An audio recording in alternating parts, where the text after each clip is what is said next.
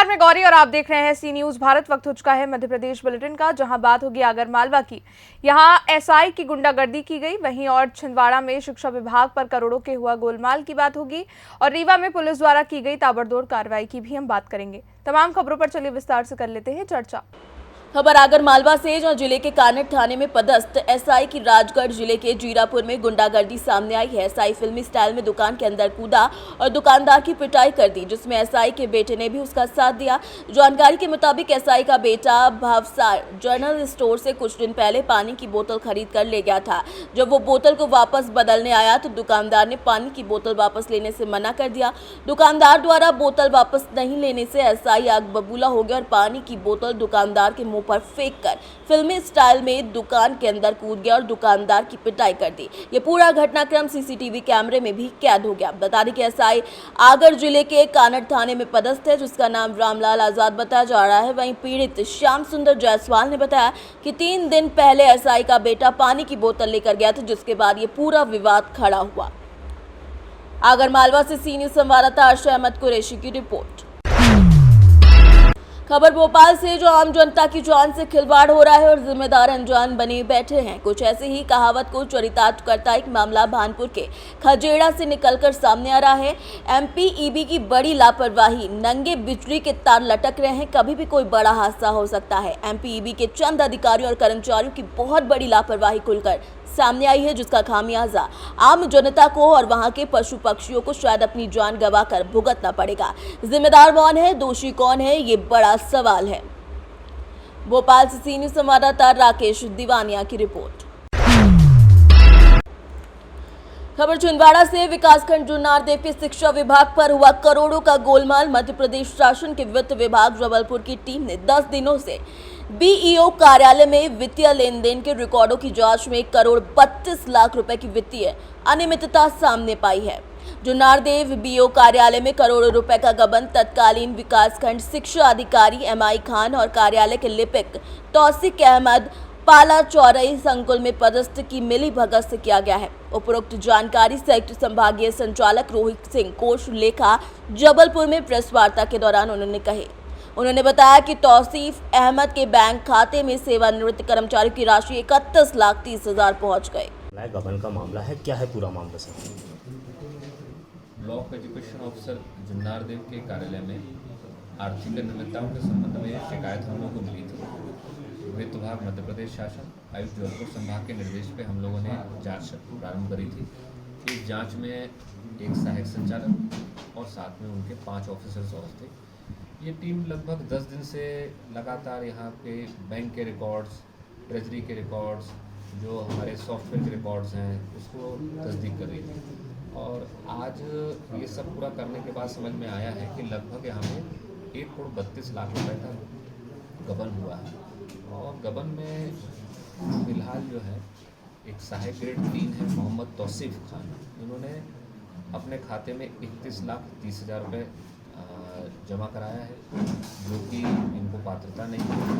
ये सारा पैसा जो लोग मृत हो चुके हैं, रिटायर हो चुके हैं, उन कर्मचारियों का अर्जित अवकाश नवीकरण, जीआईएस, एफडीएफ, ये सब जो है इन्होंने गबन करके अपने खुद के बैंक खाते में, अपनी पत्नी के बैंक खाते में, बहन के बैंक खाते में और जो इनके परिचित थे उनके खातों में डाला। तो ये साफ सुथरा गबन का मामला है। शासकीय जो राशि है षड्यंत्र करके पूरा कूट रचित तरीके से ट्रेजरी के रिकॉर्ड में चेंज करके इस तरह से सारी चीज़ें की गई हैं और बहुत जल्दी इसकी रिपोर्ट हम लोग सबमिट कर लेंगे। कितने लोग हैं सर ऐसे टोटल? कितने लोग हैं टोटल?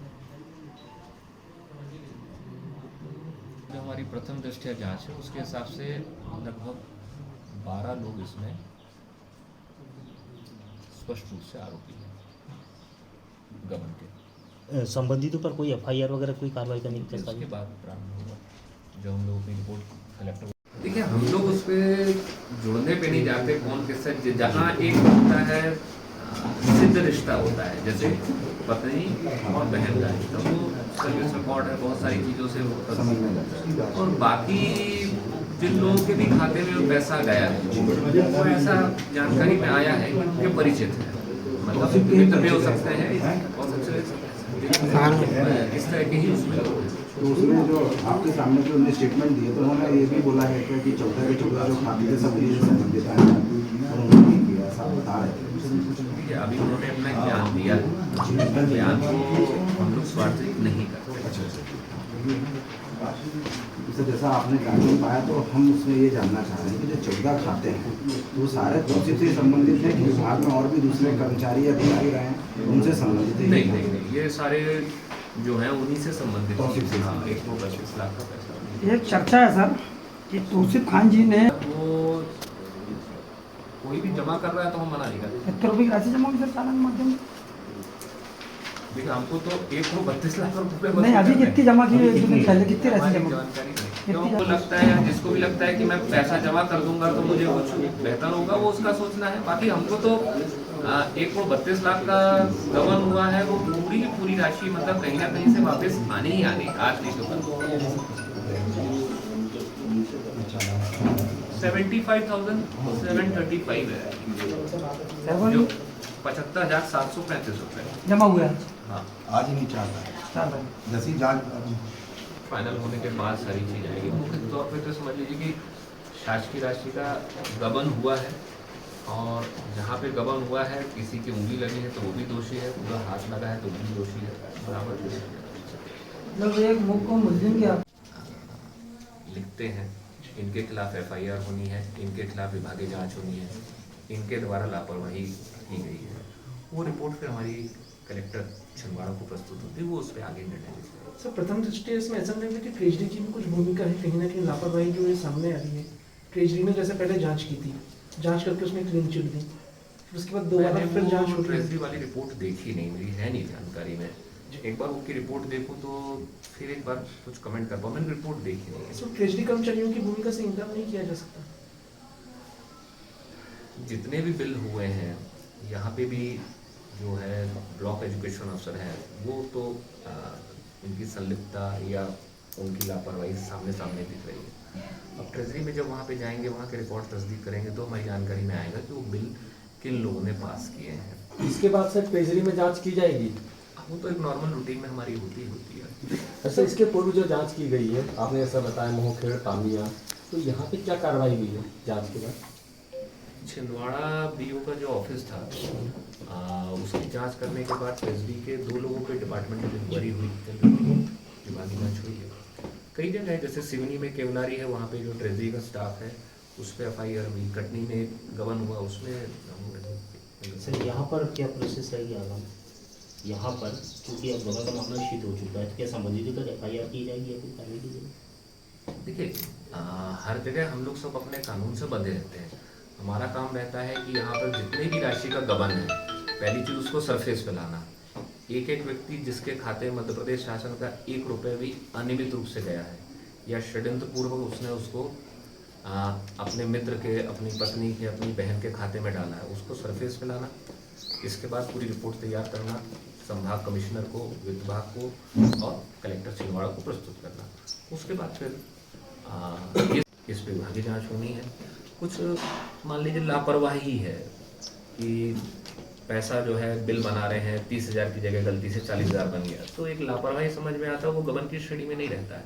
लेकिन यहाँ पर जो है वो लापरवाही की कैटेगरी वाला कोई भी ऐसा काम नहीं हुआ।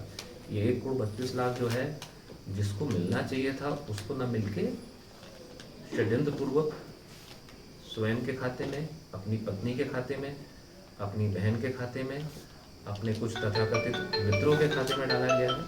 तो वो कहीं से भी सर मैं जो अपराध किया उससे बच नहीं पाएंगे। सर मैं पूछना चाहता था, जैसे आपने बताया तौसीफ जी जो है, साहिबा खान इनकी पत्नी के नाम पे तो सैलरी के नाम पे गया, ये जो साहिबा इनकी बहन, इस पे कौन सा पैसा डाला है इन्होंने, किस चीज़ का? सैलरी से इनकी और कुछ नहीं? इनकी रुपए की राशि गई हुई थी, तो सैलरी के नाम पर गया, बस एक ही अमाउंट मिला। इनकी बहन का भी नाम बताया आपने, हाँ, साहिबा। उनकी जो सिस्टर हैं हाँ। उनका नाम शाहिबा खान है। कितनी राशि की सर? 65,400 रुपये। दोनों होते हैं ये सैलरी वाली है सर? हाँ, ये अतिथि शिक्षकों का पैसा मिला है।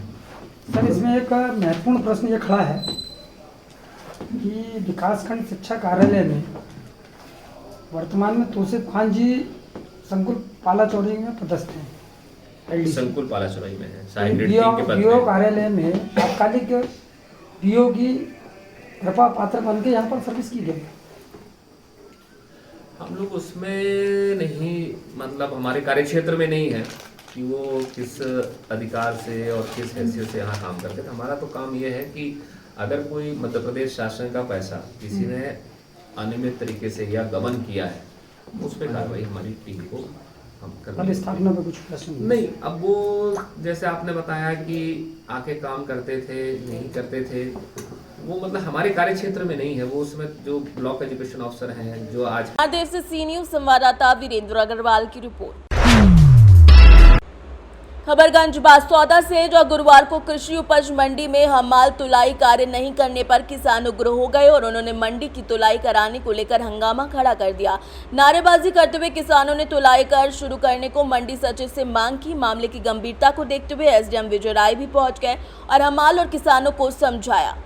थोड़ी देर बाद तुलाई कार्य शुरू हो सका। बता दें, पिछले दिनों कृषि मंडी में व्यापारी की दुकान से एक हमाल तोल करते समय किसान का एक बोरा गायब हो गया था और यह मामला सामने आया था, जिसको लेकर हमाल को तत्काल हटा दिया गया और नए हमालों को मंडी काम करने के लिए बुलाया गया। लेकिन पुराने हमालों ने इसका बात का विरोध किया और मंडी की तुलाई कार्य नहीं किया। वहीं तुलाई न होने से किसान अपनी उपज को लेकर आए दिन परेशानी का सामना कर रहे हैं। कुछ समय के लिए मंडी में तौल के लिए मतलब उन्होंने कहा था कि साहब अभी हम आज काम नहीं करेंगे। इसका मतलब विषय ये था कि कल केवट जयंती के उपलक्ष्य में हमालों ने मतलब मंडी में नीलाम कार्य बंद रखा था और आज आवक आई और नीलाम चालू हुआ तो उन्होंने कहा कि हम तौल नहीं करेंगे। कारण ये था कि हमालों का कहना ये था कि कल साहब एक व्यापारी ने स्वयं का माल लोडिंग मतलब हमालों द्वारा किया गया, क्योंकि विषय इतना बड़ा नहीं था। तो फिर एडीएम महोदय और हमने सबने मिलकर उनको समझाई थी और नीलाम कार्य और तौल के लिए तैयार हो गए। गंज बासौदा से सी न्यूज संवाददाता हेमंत की रिपोर्ट। खबर रीवा से जो पुलिस अधीक्षक के निर्देशन में शहर में नाका निकाला गया, जिसमें सिटी कोतवाली थाना प्रभारी, समान थाना प्रभारी, विश्वविद्यालय थाना प्रभारी, सिविल लाइन थाना प्रभारी, आमिया थाना प्रभारी की टीम शामिल रही। जगह जगह शराब और शराबियों के खिलाफ ताबड़तोड़ कार्यवाही करते हुए उनको हिदायत भी दी गई। दोबारा सामान्य जगह में न बैठने के लिए समझाइश देते हुए मार्गदर्शन भी किया गया। मार्गदर्शन में सतत प्रहरी की तरह सजग निगरानी रखने के लिए हाका निकाला गया है। लगातार रीवा पुलिस कार्रवाइयां कर रही है ताकि आपराधिक तत्वों पर अंकुश लगाया जा सके। कितनी कार्रवाई की गई? काफ़ी कार्रवाइयां की गई हैं, समस्त थाना प्रभारी इसमें सम्मिलित हैं। क्या कोई पकड़े गए जो अवैध तरीके से बैठे? कार्रवाई की जा रही है उसके लिए। कितने लोग पकड़े गए होंगे अभी तक? सारे थाना प्रभारियों ने अलग अलग कार्रवाई की है। 151 की कार्रवाइयाँ हुई हैं, 36 की कार्रवाइयाँ हुई हैं, काफ़ी ज़्यादा कार्रवाइयाँ। रोड में सड़क में शराब पी रहे। हाँ, लगातार कार्रवाइयाँ की हैं। आपने खुद देखा है, अभी हाका निकाला हमने तो वो भागे हुए हैं, है ना। तो 1-2 लोग बैठे हुए थे सड़क पे, वो भागे हैं। पुलिस लगातार निगरानी कर रही है। पुलिस लगातार प्रयास कर रही है कि हमारी निरंतर गश्त से ये चीज़ें प्रभावित हों और आपराधिक तत्व कम हो, उन पर अंकुश लगे। आज भी आप सामने यहाँ पीछे शराब। लगातार गश्त और लगातार थाना प्रभारी भ्रमण कर रहे हैं। लगातार ये देख रहे हैं कि हमारे निरंतर गश्त से ये प्रयास सफल हो और आपराधिक तत्वों पर अंकुश लगे, आपराधिक गतिविधियाँ कम हो। शाम 7 बजे के बाद अहाता में तब्दील हो जाती है। अभी तक की कार्रवाई में ऐसा कहीं देखने में नहीं आया है। यदि ऐसा कहीं है तो उन पर कार्रवाई की जाएगी। रीवा से सी न्यूज संवाददाता अर्जुन तिवारी की रिपोर्ट। फिलहाल के लिए इस बुलेटिन में बस इतना ही। देश दुनिया की बड़ी खबरों के लिए देखते रहिए सी न्यूज भारत।